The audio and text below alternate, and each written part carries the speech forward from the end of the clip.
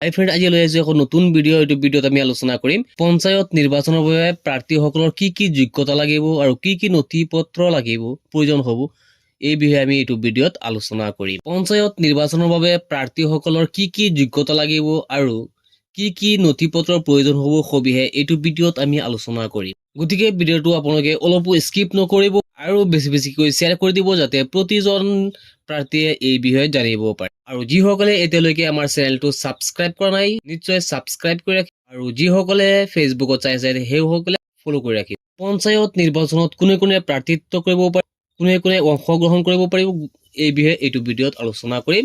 পঞ্চায়ত নিৰ্বাচনত প্ৰাৰ্থীৰ যোগ্যতা আৰু নথি পত্ৰ, কি কি নথি পত্ৰ আৰু কি যোগ্যতা লাগিব এইটো ভিডিঅ'ত আলোচনা কৰা হৈ আছে, আপোনালোকে স্কিপ নকৰিব। পঞ্চায়ত নিৰ্বাচনৰ ডেটটো এতিয়ালৈকে ফিক্স হোৱা নাই।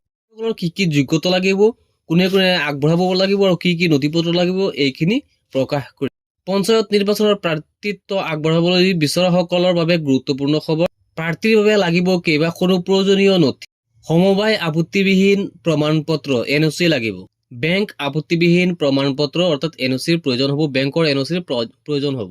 জাতিগত প্ৰমাণ পত্ৰ আৰু ভোটাৰ তালিকাৰ প্ৰয়োজন হ'ব যিজনে প্ৰাৰ্থিত্ব আগবঢ়াব। আৰু লাগিব খাজনা ৰচিদ, শিক্ষাগত অৰ্হতা চাৰ্টিফিকেট লাগিব। আপোনাৰ মেট্ৰিক পাছ চাৰ্টিফিকেটটো জমা দিব লাগিব আৰু সেই চাৰ্টিফিকেটটো অৰিজিনেল হ'ব লাগিব। আঞ্চলিক পঞ্চায়তৰ NOC, নতুন বেংক একাউণ্ট। আপোনাৰ পুৰণা বেংক একাউণ্ট থাকিলেও নতুনকৈ আৰু এখন আপোনাৰ বেংক একাউণ্ট খুলিব লাগে। প্ৰস্তাৱকৰ নথি, গাঁওবুঢ়া প্ৰমাণ পত্ৰৰ প্ৰয়োজন হ'ব। এইখিনি আছিল পঞ্চায়ত নিৰ্বাচনৰ প্ৰাৰ্থীসকলৰ বাবে প্ৰমাণ পত্ৰ। এতিয়া কেইবাটাও চৰ্ত আছে, চৰ্ত সাপেক্ষেহে আপুনি আবেদন কৰিব পাৰিব। চৰ্ত কেইটা হৈছে, কেইবাটাও চৰ্ত সাপেক্ষেহে দাখিল কৰিব পাৰিব আপুনি আবেদন।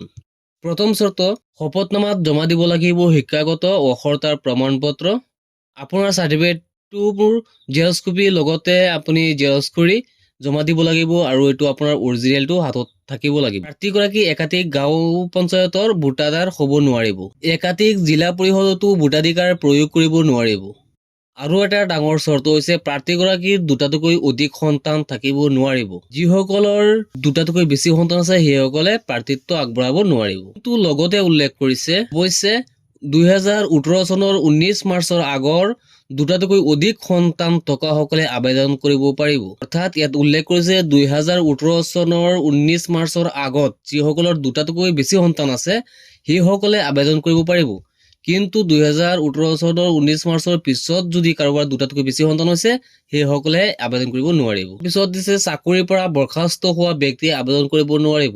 নিশ্চয় আপোনালোকে জানিব পাৰিছে পঞ্চায়ত নিৰ্বাচনৰ প্ৰাৰ্থীসকলৰ কি কি যোগ্যতা থাকিব লাগিব আৰু কোনে কোনে এপ্লাই কৰিব পাৰিব আৰু তাৰ বাবে চৰ্ত কি কি আছে আৰু নথি পত্ৰ কি কি লাগিব, গোটেইখিনি আপোনালোকে নিশ্চয় বুজি পাইছে।